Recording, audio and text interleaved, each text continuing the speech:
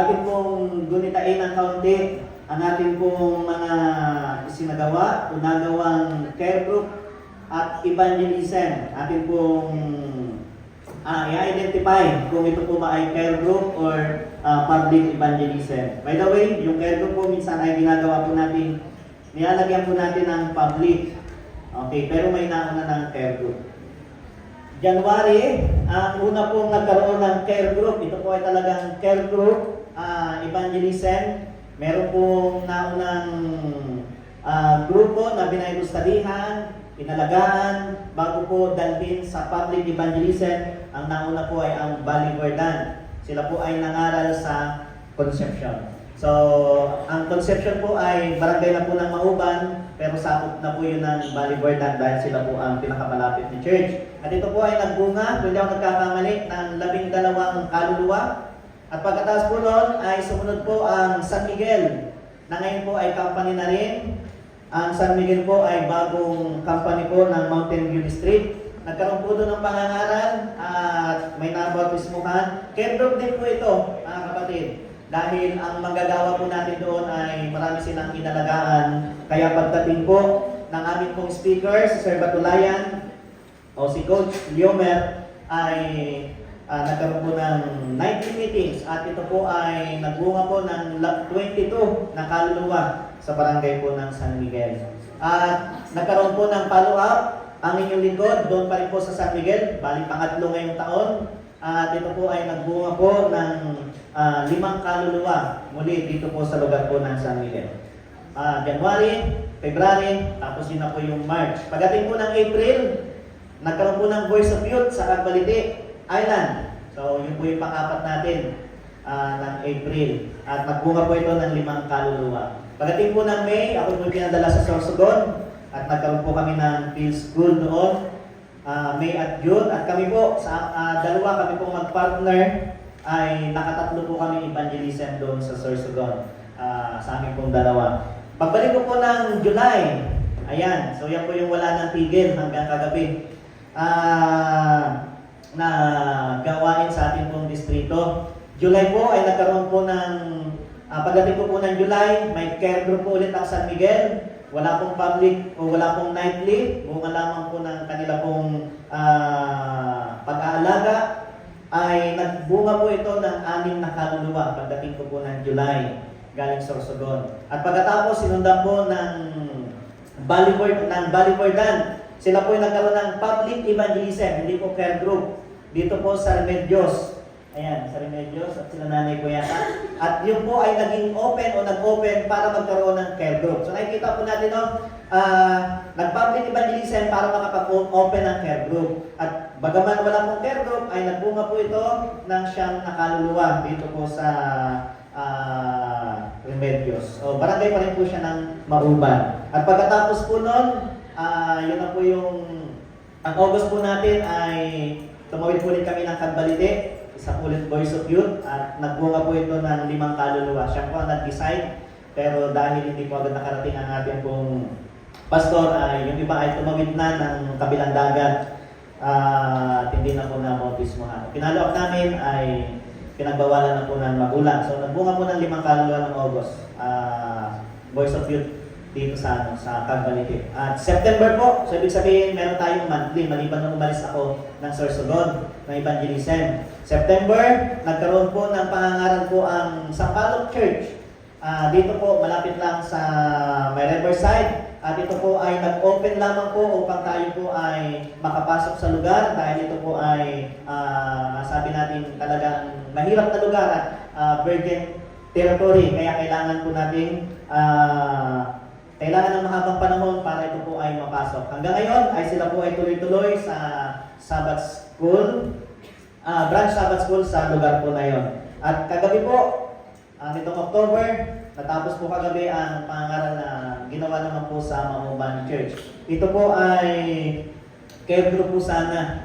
Pero yung mga care group po na member ay hindi po nakadalo, kaya ito po ay naging public crusade or evangelism. Ano po, yun po ang totoo. Hindi po siya talagang naging care group dahil yung mga care group member ay hindi po nakadalo. Naging public evangelism po ito. At mamaya po ay meron po tayong baptism pagdating po ng ating pong appreciating minister. So yun po mga kapatid, ang isa na gawa po nating care group at public evangelism sa ating distrito hanggang ngayong buwan, at meron pang mga susunod bago po magtapos itong taon. Ang nakikita ko po ay 2 pang evangelism, bagay 2 buwan na lang naman. Pero wag naman sanang sagarin na pati bakasyon ng December ay madamay dahil po merong gawain. 2 taon na po akong hindi nakapagbakasyon dahil meron po mga programa at gawain po sa distrito. So mga kapatid, ngayon po ay atin pong masasaksihan ang bunga po ng care group na atin pong isinagawa ngayong taon, at marahil ay nung mga nakalipas ding taon. 2022, nakalabing-isang pangangaral po tayo mga kapatid. Ano po, bukod pa itong pangangaral po natin ngayong taon na isinagawa. So, nariyan po ang bunga po ng ating pong pagsusumikap, pagtatalaga, at bunga ng ating pong pagtulong sa gawain. Marahil yung iba po mga kapatid ay wala sa mismong gawain, pero alam po namin na kayo po ay financially at prayerfully ay tumutulong po sa gawain ito. Kaya ito po ay bunga natin lahat sa ating pong pagtutulungan, dahil ito po ay hindi po kaya ng nag-iisa. At maraming salamat at purihin po ang ating Panginoon sa mga bunga ng care group na ito, dahil may mga tao pong nabago, hindi po nabago dahil sa pastor o dahil sa mga membro, nabago po sila dahil po sa banal na Espiritu at tinawagan po sila ng ating Panginoon. Atin po pakinggan ang ilang mga testimony na bumula sa ating pong mga bagong kapatid.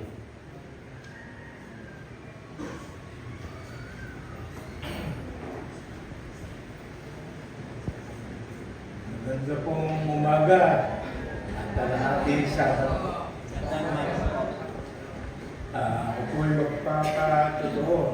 Ako po, ako po ay si Reynaldo Santual. Ako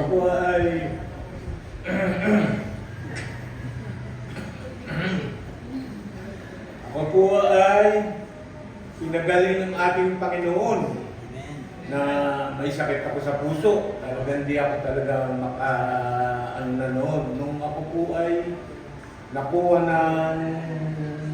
ng Seventh Day Adventist, sumama na po ako. Ako po ay pinalakas niya. At nagpa-doktor, siyempre magpapadoktor po. Ako po ay ininom po yung 16 na gamot, ngayon po yung 4 na gamot. Ngayon po yung malakas na, dinalik yung lakas ng katawan ko. Na sabi ko ibalik nung 25 years old ako. Dahil ngayon malakas. Pero hindi na pala 25 years old. Iba na yung pagkilos. Kasi naitag na ako pinagaling niya. Salamat po ako sa ating Panginoong Hesus. Ako'y pinagaling. At sa amin pong sama ng nakatulong po ang care group na dito sa Barangay Alupay, nasasakupan po yun ng Alupay, yung ng Balverdan. Yung po tatayo ng aking simbahan na malaki. Simulan po yata yun ng 2020 po. Sana po na sa panalangan niyo tayo'y magawa yun at magsama-sama tayo. At magaling po yun. Maganda po. At yun po, ang sakit group po sa tulong din ng group sa Barrio Concepcion, barangay, nasasakupan ng Mauban, Quezon. Concepcion po. At saka first group din po ng Remedios 1, nasasakupan din po ng Mauban, Quezon. Yung pong tatlong iyon, ang ng Kids Group ang nakatulong para dumami ang ng Balverdan. Magkasama-sama tayo. Lahat ang pinagpapasalamat sa ng Ama sa langit, at sana po ay dumami pa tayo, naikayat ang ibang mga tao na hindi pa nalalaman nila ang ng Panginoon natin. Yan lang po ang aking testimony sa Amen.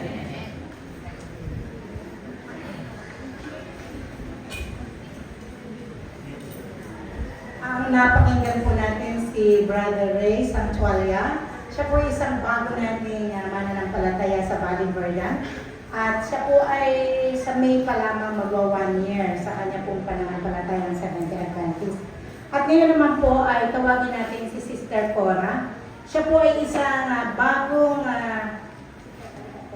siya po ay 3 buwan na po na kasama po namin tuwing Sabado. So, bali, after po ng aming small group o care group at pangangaral doon sa Remedios 1, siya po ay hindi pa nagpasyang tanggapin sa pamagitan ng bautismo.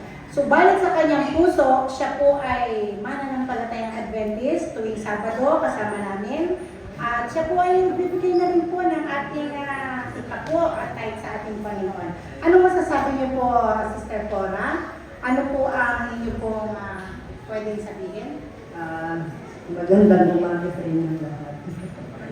Ako ay hindi mo ako ay nagbabasa ng pasyon. Magbabasa ako ng pasyon. Nababasa ko doon. Pagka kami nagbabasa, ang araw ng Sabado ay panigid. Ngayon naman, palibasat ako ay nagbabasa. Nasulot kami. Ay kami ay nag-aano sa pagkaliling ko. Ngayon, may parang bang napatunayan na dapat nga siguro sumamba sa Sabad. Kaya ako ay lagi nang ako nasama sa kanila. Sa pamangkin ko, sa aking pinsan. Ako may pinsan din dalawa, hindi lang nakarating. Ako nagpapasalamat sa Panginoon. Dahil ako ay kahit matanda na, ay malakas-lakas pa rin lumakad. Ayun lang ang masasabi ko, parang napatunayan ko na dapat nga. Siguro, ang Sabado ay ipangilin. Nababasa ko palagi sa pasyon at kami nagbabasa ng pasyon. Yun lang ako ang masasabi ko, maganda na.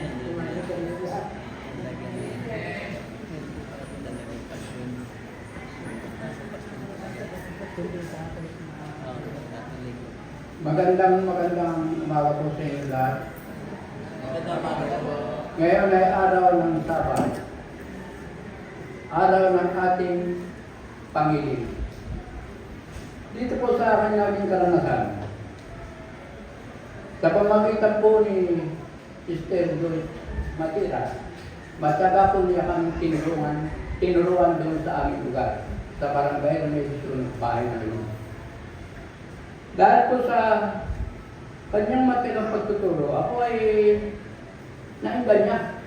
Narinig ko lamang, ako ay naroon lang sa gilid ng aming bahay, narinig ko lamang. Na talagang para ako na tumiting mo sa aking sarili ang sinasabi ni Sister. Kaya ako ay dumalo na, buhat mo. Tapos, ako ay nag-desisyon na rin sa aking sarili na ako ay mabautisman. Diyan sa pagbabautis mo sa akin, doon lalong tumibay ang aking pananampalataya. Kaya, para sa inyo lahat, sana'y ganito rin ang nangyayari. Maraming salamat po. Happy Sabbath po.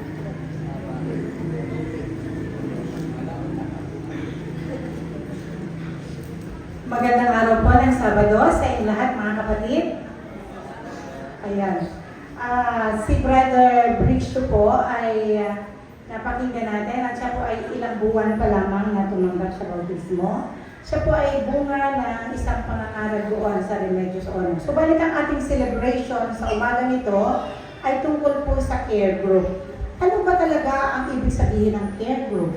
Sapagkat ang sabi sa akin ni Pastor Dave, Ate Joyce, baka pwedeng isalaysay mo ang mga strategiya kung paano talaga pwedeng isagawa nino man, kahit sinong Seventh-day Adventist ay pwedeng gumawa ng pamamaraan na tayo ay maipakilala natin si Kristo, ang Ama, ang kabutihan at karakter ng ating Panginoon sa mga tao sa pamamagitan ng ating pakikisalamuha sa mga tao, pagkakandak ng mga maliliit na grupo, care group. So, care. Ano ba ang ibig sabihin ng care? Ayan, tayo ay nangangalaga o nagmamahal, nagkikare. Mayroon tayong concern sa mga tao. Sino itong mga tao na ito? yung mga tao na nakapaligid sa atin. Ito'y pwede kamag-anak, kapitbahay, kumare o sino pa man, katrabaho, mga kakilala. So, anong dapat natin gawin sa mga taong ito bilang mga Seventh-day Adventists? So, ito pong mga bisita natin na hindi po siguro nakaka-relate sa ginagawa ng mga Seventh-day Adventists, ito po ay isang programa o isang ministeryo ng pangangaral. Pangangaral na kung saan, tinawag po ito ng Seventh-day Adventist na General Conference na Integrated Evangelism Lifestyle. So, ibig sabihin, integrate. Ini-integrate po natin ang iba't ibang mga departamento o pamamaraan. Halimbawa, ang aking talento ay umawit, marunong umawit, kagaya ng ating mga kasamahan ito, maaaring gamitin ang talento ng pag-awit sa pamamaraang pagkakaroon ng mga kaibigan, na pagkakaroon ng isang grupo, maliliit na grupo, kung saan ang kanilang mga interes ay makakaakit upang ipakilala natin si Kristo. Sa pamamagitan ng talento, halimbawa, ang isang kapatid ay masarap magluto ng mga lutong bahay, mga gulay, mga paggawa ng salad at ikalulusog, itong kapatid na ito ay maaaring magkandak ng maliit na grupo upang turuan ang mga kapitbahay, mga kumare, o mga barangay, kabarangay ng mga kababaihan. Tayo po ay magkakaroon ng isang pagtuturo ng libreng pag-aaral ng pamamaraang simple na makalusog. So, ito po ay isang paraan kung saan tayo po ay magkakaroon ng care sa ating community, sa ating mga kakilala. At sa pamamagitan nito, bakit kailangan natin itong gawin? Sapagkat ito palang mga Seventh-day Adventists, ang dinadala nila at ipinapikilala nila sa pamamagitan ng kanilang mga lifestyle, mga kaugalian, mga kinasanayan na pamumuhay ay maipakilala si Kristo sa mga tao. So ito pala si Sister Joyce ay may wellness center dati. At ito pala si Sister Joyce ay practical vegetarian. Pwede siyang walang karne, pwedeng walang isda, pwedeng gulay lang at prutas, ay pwede palang maipakilala si Kristo sa pamamagitan ng simpleng pamumuhay.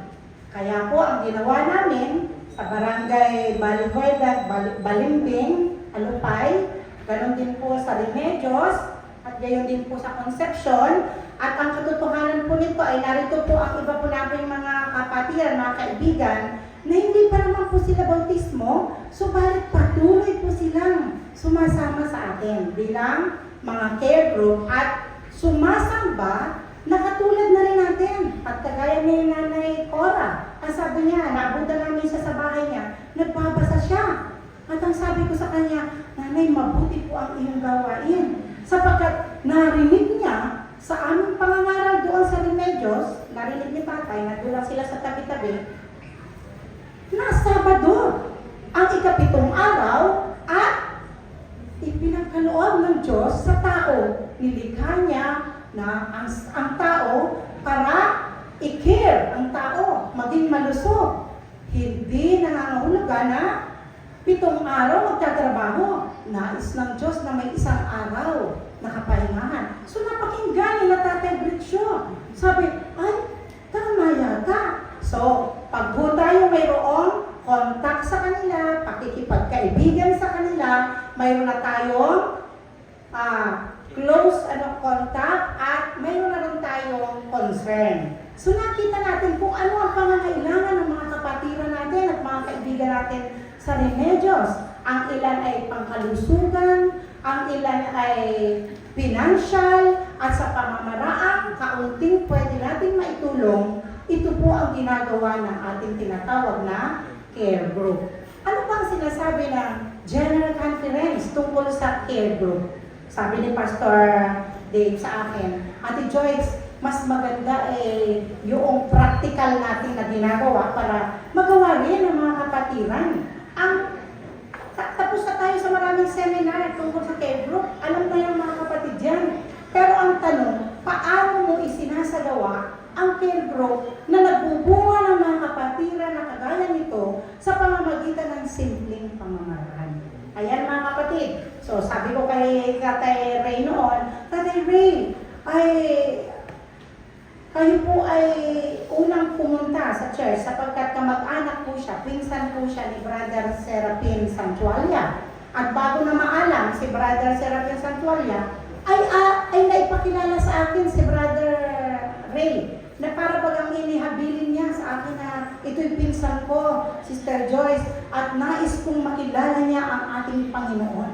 Kaya mula po noon, ang sabi ko kay Nanay Aurea, si Mrs., pakitayo po Ate Aurea, ayan po, si Sister Aurea po ay tinanggap kami at sapagkat tinanong po si Sister Aurea, ay Brother Ray, kayo po ba ay willing na kami po ay pupunta dito sa bahay mo kahit 2 beses lang sa isang linggo? At tayo po ay pwedeng magkwentuhan, magkumustahan, at pwede rin po ako magturo ng mga pagkain simple lang para po sa ikalulusog ni Kuya Ray. Ay pwede Ate Joyce, pwede. Kapag po ang isang kaibigan at mga kakilala natin ay may pakikilala natin si Kristo sa pamamagitan ng ating konting talento at ma-share natin sa mga kapwa natin, ang banal na espiritu ay gagawa para sa atin. Ang ating pong bahagi dito sapagkat wala naman ang taga sa conference, na promotion, ay ating pong medyo hahabaan, hindi kagaya ng mga basta natin, mga kapatid. Sapagkat ang celebration ito ay celebration ng care group. Kaya mga kapatid, gusto ko pong dalhin na ang method na ito ay hindi method ni Sister Joyce. Ang method po na ginagawa ng Seventh-day Adventist sa care group ay method na ginawa ni Jesus Christ dito sa lupa. Sa mga bisita po natin, gusto ko pong sabihin sa inyo, ang tunay na ginawa ng ating Panginoon na dapat po natin at kailangan po nating sundan ay ang He mingled with men. Si Jesus Christ po ay nakipagkaibigan at nakisalamuha sa maraming mga tao doon sa Israel. Kaya mayroon siyang contact sa mga tao. At pagkatapos po noon na siya makilala ng mga tao, nakilala rin niya ang mga tao, kagaya po nila Mary, nila Magdalene at sila Lazaro, they are their care group. Care group siya ni Jesus Christ. Kaya they have a very close contact with Jesus. Kaya nga po, pagkatapos noon, makita natin ang concern ni Jesus Christ sa family na ito. Pumunta si Jesus Christ kahit patay na si Lazarus. At sa pamamagitan ni Jesus Christ, siya ay nabuhay. Pagkatapos ng concern, mayroon din po siyang compassion. Ipinakita ng ating Panginoong Diyos ang kanyang pag-ibig, ang simpatiya sa mga tao. At doon nagsimula ang kanyang ministeryo ng pangangaral, pagpapagaling, at pagtuturo ng kaligtasan. At pagkatapos noon, ang mga tao na nakakilala kay Kristo, inalagaan, pinagaling, kinakitaan nila si Jesus Christ ng pag-asa, sila po ay nagkaroon ng confidence, conviction na ito na si Kristo ang daan, ang katotohanan at ang buhay. Kaya nga po sila ay sumunod kay Kristo at He bade them, follow me. Kaya sabi ng Panginoon, ang sino mang nais sumunod sa akin, they accept them. The conversion and the commitment to follow Jesus Christ as personal Savior ay naisakatuparan po ng ating Panginoon. At ito po ang ginagawa natin bilang mga care group para ipakilala ang ating Panginoon, ang kanyang karakter, ang kanyang pag-ibig sa mga tao. At sa pamamagitan nito, ang ating mga lifestyle, makita nawa ng ating Panginoon ang mga tao sa buhay natin na tayo po ay anak ng Diyos. Kaya sa umagang ito po ang ating masasabi tungkol po sa simple and practical strategies na walang iba kundi ang method of Christ alone sa ating pong ginagawang mga care.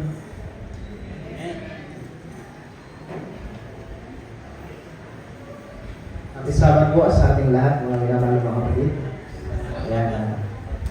nang ma-assign po si Pastor Dave dito po sa lugar ng Quezon ay ako po ay natawagan din niya upang mag-work sa Mauban Church as lay workers po ng Church ng Mauban. At sa akin pong pamamalagi sa Mauban, akin pong nakasama ang kabataan ng mga aktibo ng Church ng Mauban sa tulong po ng mga magulang ay nakabuo po kami ng prayer group bilang mga kabataan. At ang mga kabataan na kasama ko po ay kami po ay kasama rin po ang ating pong district pastor ay nagkaroon po kami ng pagdalaw o pagbisita sa lugar po ng San Miguel. At doon po ay sa aming pagbisita, amin pong nakilala ang mga kapatid doon at meron po tayong unang kapatid doon na sa pananampalataya sa katauhan po ni April. Wala po siya ngayon dito at doon nga po kasama ang ating pong district pastor, kami po ay nagawa ng isang care group at kami po ay nag-start mag-Bible study. At ang dumadalo ay meron pong tatlo, si Marian Rivera at ang kanyang kapatid na si Ednalyn Rivera, kasama po ng kanilang kaibigan na si Marlene.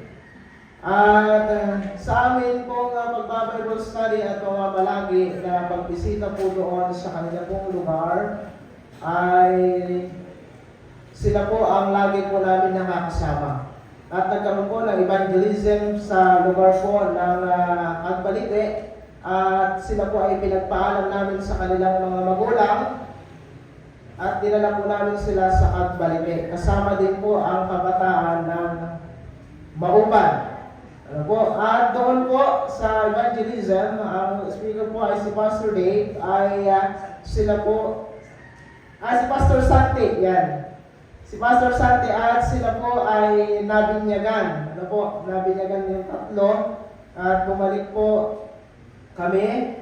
At nagpatuloy po ang care group doon po sa lugar ng San Miguel sa tulong po ng mga kabataan at ng mga kapatid natin po sa Mauban. At hanggang sa nagkaroon po ulit ng lay workers sa katauhan po ni Brother Randy at ni Brother Arvin na sila pong nagpatuloy sa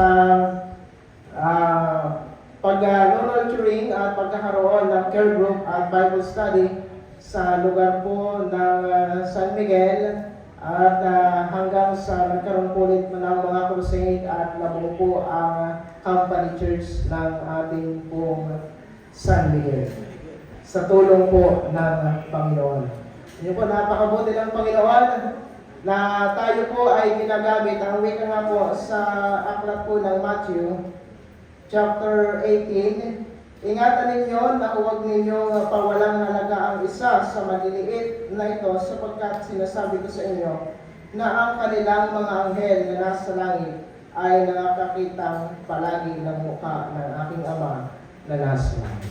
Ibig sabihin mga minamahal ng mga kapatid, sa kabila ng bagaman mapapansin po natin kung tayo magtatayo ng isang care group o gagawa ng isang care group ay meron lamang iilan na dumadalo ay huwag po tayong panghinaan.